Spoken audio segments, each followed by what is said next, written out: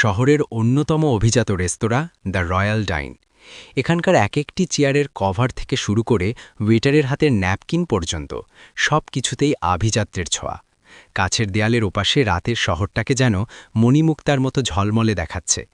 কিন্তু টেবিল নম্বর 7-এ বসা আকাশ এবং রিয়ার মাঝখানের পরিবেশটা বাইরের ওই আলোর মতো উজ্জ্বল ছিল না, বরং সেখানে জমেছিল এক অজানা অন্ধকারের মেঘ। আকাশ, যার পরনে একটি সাধারণ সাদা শার্ট এবং কিছুটা পুরনো হয়ে যাওয়া জিন্স, সে বারবার আর চোখে নিজের মানিব্যাগটার দিকে তাকাচ্ছিল। তার কপালে মৃদু ঘামের রেখা। অন্যদিকে রিয়া, যে আজ সেজেছে শহরের সবচেয়ে দামি বুটিক থেকে কেনা লাল গাউন, সে ব্যস্ত তার আইফোন 14 প্রো ম্যাক্স দিয়ে একের পর এক সেলফি তুলতে। রিয়ার চোখে মুখে একটা কৃত্রিম ভাব, যেন সে তার আশেপাশের জগৎটাকে খুব একটা পাত্তা দিচ্ছে না। হঠাৎ করেই গল্পের মোড় ঘুরে গেল যখন রেস্টুরেন্টের দরজা দিয়ে প্রবেশ করল রোহান। রোহান হল রিয়ার এক্স বয়ফ্রেন্ড, যার বাবার আছে বিশাল রিয়েল এস্টেট বিজনেস। রোহানকে দেখেই রিয়ার চোখ চকচক করে উঠল। রোহান তাদের টেবিলের পাশ দিয়ে যাওয়ার সময় ইচ্ছাকৃতভাবে দাঁড়িয়ে পড়ল এবং তাচ্ছিল্যের রাশি দিয়ে বলল, আরে রিয়া, তুমি এখানে? আর সাথে এটাকে? তোমার সেই কি যেন নাম? ও হ্যাঁ, আকাশ, স্ট্রাগলিং হিরো। রোহানের কথায় আকাশ অপমানিত বোধ করল, কিন্তু সে ভদ্রতা বজায় রেখে মৃদু হাসল।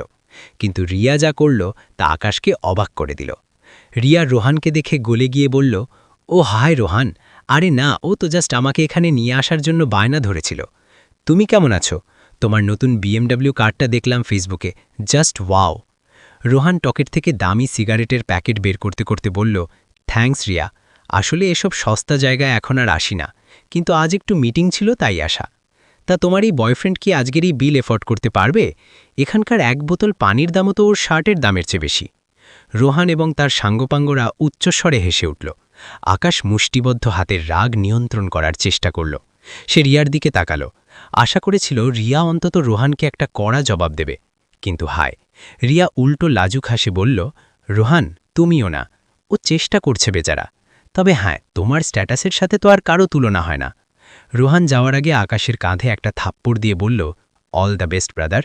বিল দিতে না পারলে আমাকে কল দিও, আমার ড্রাইভার এসে দিয়ে যাবে। এই অপমানটা ছিল সূচের মতো তীক্ষ্ণ। রোহান যাওয়ার পর আকাশ রিয়ার দিকে তাকিয়ে বলল, রিয়া, তুমি কি ওকে কিছু বললে না? ও আমাকে এভাবে অপমান করে গেল। রিয়া কাঁধ ঝাঁকিয়ে বলল, আকাশ প্লিজ সিন ক্রিয়েট করো না। ও সত্যি কথাই তো বলেছে। ওর বাবার যা ক্ষমতা আর তোমার কি আছে? তুমি তো 3 বছর ধরে একটা স্টার্টআপের স্বপ্ন দেখিয়েই যাচ্ছ। বাস্তবে তো আমাকে একটা ভালো গিফটও দিতে পারো না। এখন চুপচাপ অর্ডার দাও, আমার মুড অফ হয়ে আছে। রিয়ার মুড ভালো করার জন্য আকাশ মেনু কার্ডটা এগিয়ে দিল। আকাশ মনে মনে হিসেব করে রেখেছিল যে তার ডেবিট কার্ডে 25,000 টাকার মতো আছে। দুজনে মিলে খেলে 15-16 হাজারের মধ্যে হয়ে যাবে। কিন্তু রিয়া যেন আজ পণ করেছে আকাশকে সর্বশান্ত করার। রিয়া ওয়েটারকে ডেকে গড় গড় করে অর্ডার দিতে শুরু করল।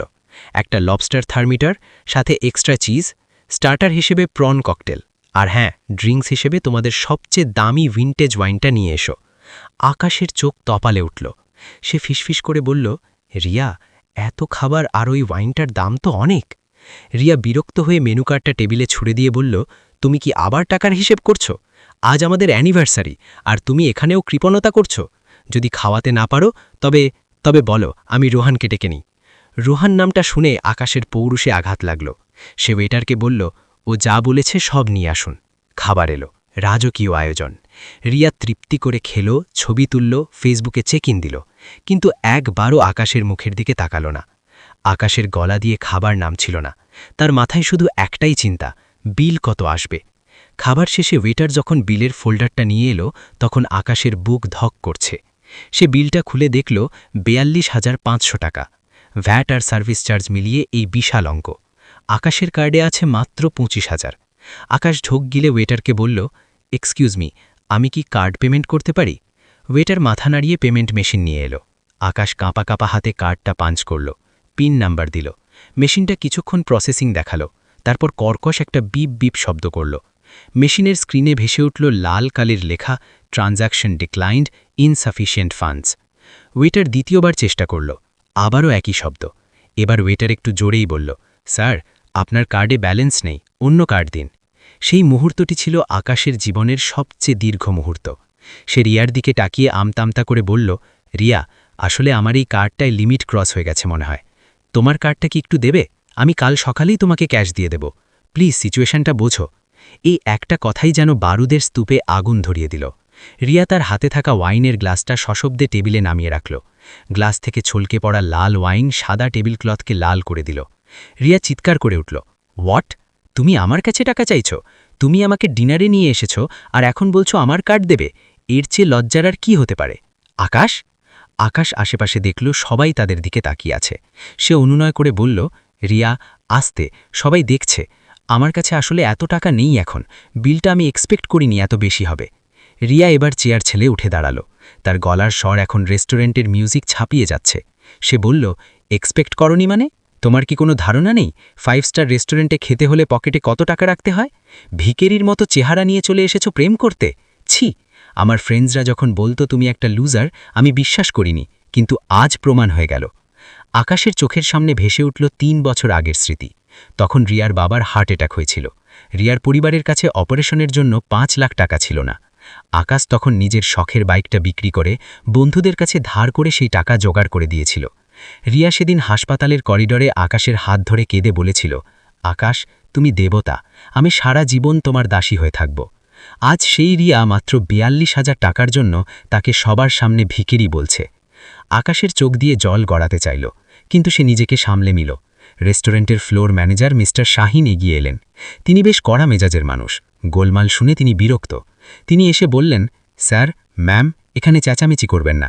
বিলটা মিটিয়ে দিয়ে চলে যান। আমাদের অন্য গেস্টরা ডিস্টার্ব ফিল করছেন। রিয়া এবার ম্যানেজারের দিকে তাকিয়ে বলল, ম্যানেজার সাহেব, এই লোকটা একটা ফ্রড। এ আমাকে বড় বড় কথা বলে এখানে এনেছে, এখন বলছে টাকা নেই। আপনারা একে পুলিশে দিন। আমি এই চোরের সাথে এক মুহূর্তও থাকতে চাই না। ম্যানেজার আকাশের দিকে তাকিয়ে বললেন, স্যার, এটা কি সত্যি আপনার কাছে টাকা নেই? আকাশ মাথা নিচু করে বলল, স্যার, আমার কার্ডে কিছু টাকা কম আছে। আমি আমার এক বন্ধুকে ফোন করছি, ও পাঠিয়ে দেবে। আমাকে আধ ঘন্টা সময় দিন। পাশের টেবিল থেকে রোহান, সেই এক্স বয়ফ্রেন্ড, আবার উঠে এলো। সে বিদ্রুপের হাসি দিয়ে বলল, কি বলেছিলাম রিয়া, ওর মুরদ নেই। ম্যানেজার, ওর বিলটা আমি দিয়ে দিচ্ছি। বেচারাকে অপমান করবেন না। আসলে গরিব ছেলেরা 5 স্টারে এলে এমনই হয়। রোহানের এই দয়া আকাশের কাছে মৃত্যুর চেয়েও যন্ত্রণাদায়ক মনে হলো। আকাশ চিৎকার করে উঠল, না, আমি কারো দয়া চাই না। আমি বিল দেব, আমাকে সময় দিন। রিয়া এবার আকাশের গালে ঠাস করে একটা চড় মারল। রেস্টুরেন্টের সবাই স্তব্ধ হয়ে গেল। পিনপতন নীরবতা। রিয়া হিসিস করে বলল, আবার বড় বড় কথা? রোহান বিল দিচ্ছে, চুপচাপ মেনে নাও। আর শোনো আকাশ, আজ থেকে তোমার আর আমার সব সম্পর্ক শেষ। তোমার মতো অপদার্থের সাথে জীবন কাটানোর চেয়ে না কাটানোই আমি পছন্দ করব।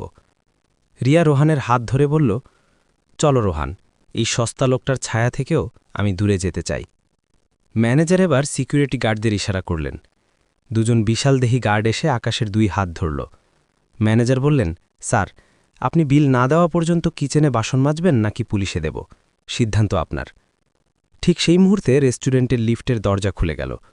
লিফট থেকে বের হয়ে এলেন একজন মধ্যবয়স্ক ভদ্রলোক, যার পরনে ইটালিয়ান স্যুট, সাথে 4 জন বডিগার্ড। তিনি আর কেউ নন, এই রেস্টুরেন্টের মালিক এবং দেশের অন্যতম শীর্ষধনী জনাব আজমল চৌধুরী। তার পেছনে হন্তদন্ত হয়ে ছুটছে রেস্টুরেন্টের general manager mister Shahin. Floor manager তার বসকে দেখে ভরকে গেলেন। তিনি দ্রুত আকাশকে ছেড়ে দিয়ে সোজা হয়ে দাঁড়ালেন। রোহানও একটু নড়ে চড়ে দাঁড়াল, কারণ আজমল চৌধুরী তার বাবারও বিজনেস পার্টনার। আজমল চৌধুরী সোজা হেঁটে এলেন সেই জটলার মাঝখানে। তার দৃষ্টি আকাশের উপর নিবদ্ধ। আকাশ তখনও অপমান আর যন্ত্রণায় মাথা নিচু করে দাঁড়িয়ে আছে। গার্ডরা তাকে ধরে আছে। আজমল চৌধুরী বজ্রকণ্ঠে হুঙ্কার দিলেন, তোমরা কার গায়ে হাত দিয়েছ জানো? ম্যানেজার শাহিন তোতলামি করে বললেন, স্যার, মানে এই লোকটা বিল দিতে পারছিল না আর ফ্রড করছিল তাই। আজমল চৌধুরী শাহিনের গালে সজোরে এক থাপ্পড় মারলেন। সেই শব্দের প্রতিধ্বনি পুরো হলে ছড়িয়ে পড়ল। তিনি চিৎকার করে বললেন, তোমার সাহস তো কম না? তুমি জানো ইনি কে? রিয়া এবং রোহান অবাক হয়ে পাকিয়ে আছে। রিয়া ভাবল হয়তো আকাশের কোনো আত্মীয় হবে, ড্রাইভার বা পিয়ন। আজমল চৌধুরী আকাশের সামনে গিয়ে অত্যন্ত বিনয়ের সাথে মাথা নত করলেন। তারপর যা বললেন তার জন্য সেখানে উপস্থিত কেউ প্রস্তুত ছিল না। তিনি বললেন, স্যার, আমাকে ক্ষমা করবেন। আমার স্টাফরা আপনাকে চিনতে পারেনি। আপনি কেন আমাকে একটা ফোন করলেন না? আপনি নিজের রেস্টুরেন্টে এসে অবমানিত হচ্ছেন, এটা আমার জন্য লজ্জার। নিজের রেস্টুরেন্ট? রিয়া অস্ফুট স্বরে বলল। তার পায়ের নিচ থেকে মাটি সরে যাচ্ছিল। আজমল চৌধুরী ঘুরে দাঁড়িয়ে সবার উদ্দেশ্যে বললেন, আপনারা সবাই শুনুন, এই যে ভদ্রলোককে আপনারা দেখছেন, যাকে আপনারা অপমান করছিলেন, ইনি হলেন মিস্টার আকাশ আহমেদ। তিনি শুধু এই রেস্টুরেন্টের মালিক নন, তিনি হলেন স্কাই গ্রুপ অফ ইন্ডাস্ট্রিজের প্রতিষ্ঠাতা এবং চেয়ারম্যান। সিলিকন ভ্যালিতে যার সফটওয়্যার কোম্পানি আজ বিলিয়ন ডলারের ব্যবসা করছে। আমি আজমল চৌধুরী আজ যে পর্যায়ে আছি তা শুধুমাত্র এই মানুষটার ইনভেস্টমেন্টের কারণে। তিনি আমার পার্টনার নন, তিনি আমার বস। পুরো রেস্টুরেন্টে যে থমথানে পরিবেশ বিরাজ করছে, রোহানের হাত থেকে ড্রিঙ্কসের গ্লাস পরে ভেঙে চুরমার হয়ে গেল। রিয়ার মুখটা হা হয়ে গেল। সে বিশ্বাস করতে পারছিল না যে ছেলেটাকে সে ভিখারি ভাবত, সে আসলে কোটিপতি। আকাশ এবার ধীরে ধীরে মাথা তুলল। তার চোখে আর জল নেই, আছে ইস্পাত কঠিন দৃঢ়তা। সে পকেট থেকে তার সাধারণ রুমালটা বের করে মুখ মুছল, তারপর গার্ডদের হাত সরিয়ে দিয়ে সামনে এগিয়ে এলো। সে ম্যানেজারের দিকে তাকিয়ে বলল, তোমার চাকরি থাকবে কিনা সেটা পরে দেখা যাবে, আগে বিলের কাগজটা দাও। ম্যানেজার কাঁপতে কাঁপতে বিলটা দিল। আকাশ পকেট থেকে একটা কালো রঙের ক্রেডিট কার্ড বের করল, ব্ল্যাক কার্ড, যার কোনো লিমিট নেই। সে কার্ডটা সোয়াইপ করল না, শুধু ওয়েটারের হাতে দিয়ে বলল, টিপস হিসেবে এই রেস্টুরেন্টের সবার আজকের ডিনার আমার তরফ থেকে ফ্রি। তারপর আকাশ এগিয়ে গেল রিয়ার দিকে। রিয়া তখনও পাথরের মতো দাঁড়িয়ে। আকাশ শান্ত গলায় বলল, রিয়া, তুমি ঠিকই বলেছিলে, প্রেম দিয়ে পেট ভরে না। কিন্তু তুমি যেটা জানো না তা হলো টাকা দিয়ে মানুষ কেনা যায় না। আমি আমার পরিচয় গোপন রেখেছিলাম কারণ আমি দেখতে চেয়েছিলাম তুমি কাকে ভালোবাসো, আকাশ মানুষটাকে নাকি আকাশের পজিশনটাকে। রিয়া দৌড়িয়ে এসে আকাশের পা ধরার চেষ্টা করল। আকাশ প্লিজ, আমি ভুল করেছি, আমি আসলে রাগের মাথায়, রোহান আমাকে ম্যানিপুলেট করেছিল। আকাশ, আমি তোমাকে ভালোবাসি, বিশ্বাস করো। আকাশ এক পা পিছিয়ে গেল। সে তাচ্ছিল্যের হাসি দিয়ে বলল, ভালোবাসো? কিছুক্ষণ আগে তুমি আমাকে ভিখারির সাথে তুলনা করছিলে। শোনো রিয়া, আমার কোম্পানি দাঁড় করাতে ৩ বছর সময় লেগেছে, তাই তোমাকে সময় দিতে পারিনি। আজ আমি তোমাকে সারপ্রাইজ দেব বলে এই রেস্টুরেন্টটা কিনেছিলাম। ভেবেছিলাম অ্যানিভার্সারিতে তোমাকে অফিসিয়ালি প্রপোজ করব, কিন্তু তুমি আমাকে তার চেয়েও বড় সারপ্রাইজ দিলে। আকাশ এবার রোহানের দিকে তাকালো। রোহান ভয়ে চুপসে গেছে।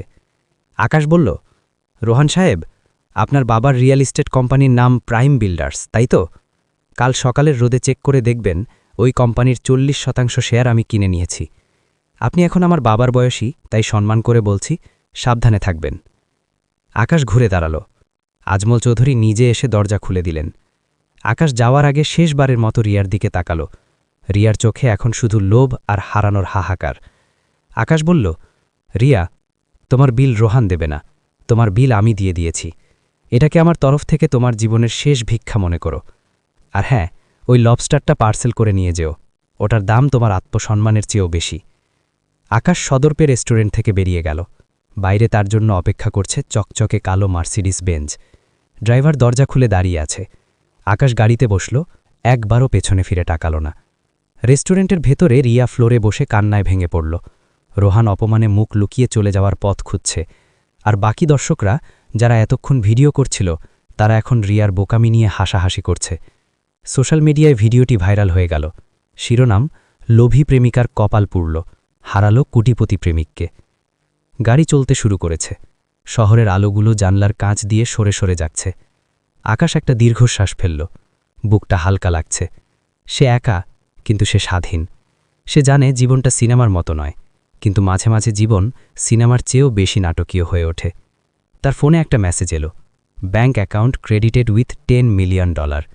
আকাশ মুচকি হাসল, সফলতার সব অপমানের সেরা জবাব। বন্ধুরা, এই গল্পটি আমাদের শেখায় যে কখনোই কাউকে তার বর্তমান পরিস্থিতি দেখে বিচার করবেন না। সময় এবং ভাগ্য যে কোনো মুহূর্তে বদলে যেতে পারে। যারা স্বার্থের জন্য সম্পর্ক গড়ে, তারা রিয়ার মতোই দিন শেষে রিক্ত হস্তে ফিরে যায়। আর যারা আকাশের মতো ধৈর্য ধরে পরিশ্রম করে, তারা একদিন পৃথিবী জয় করে। আপনার জীবনেও কি এমন কোনো ঘটনা ঘটেছে যেখানে কেউ আপনাকে ছোট করেছিল আর পরে পস্তাতে হয়েছে? কমেন্ট করে আমাদের জানান। আর গল্পটি ভালো লাগলে শেয়ার করতে ভুলবেন না। এই গল্পটি সম্পূর্ণ কাল্পনিক কাহিনী, যা বাস্তবের সাথে কোনো মিল নাই। যদি কোনো অংশে মিলে যায় তা সম্পূর্ণ কাকতালীয়। গল্পটি শুধুমাত্র বিনোদন এবং শিক্ষামূলক মেসেজ দেওয়ার উদ্দেশ্য তৈরি করা হয়েছে। যদি কোনো ভুল ত্রুটি হয়ে থাকে, সবাই ক্ষমাসুন্দর দৃষ্টিতে দেখবেন। তো বন্ধুরা, যারা এখনও আমাদের ইউটিউব চ্যানেলটি সাবস্ক্রাইব করেন নাই, নিত্য নতুন ভিডিও পেতে দ্রুত মামুন স্টোরিজ জনি সাবস্ক্রাইব করে রাখুন। ধন্যবাদ সবাইকে।